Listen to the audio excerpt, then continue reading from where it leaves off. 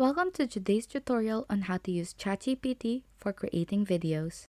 To get started with ChatGPT, all you need to do is go to the ChatGPT website, which is chat.openai.com/chat, and input your topic or request. The AI will then generate ideas and content based on your input. Let's see how we can use ChatGPT to generate ideas for our videos. For this example, let's say we want to create a video on healthy eating. We'll input generate ideas for a video on healthy eating into ChatGPT, and it will generate a list of potential video topics for us to choose from. Now that it has given me a list of ideas for a video, let's see how we can use ChatGPT to create a video script. We'll input generate a 500-word video script on healthy eating tips into ChatGPT, and it will generate a complete script for us to use.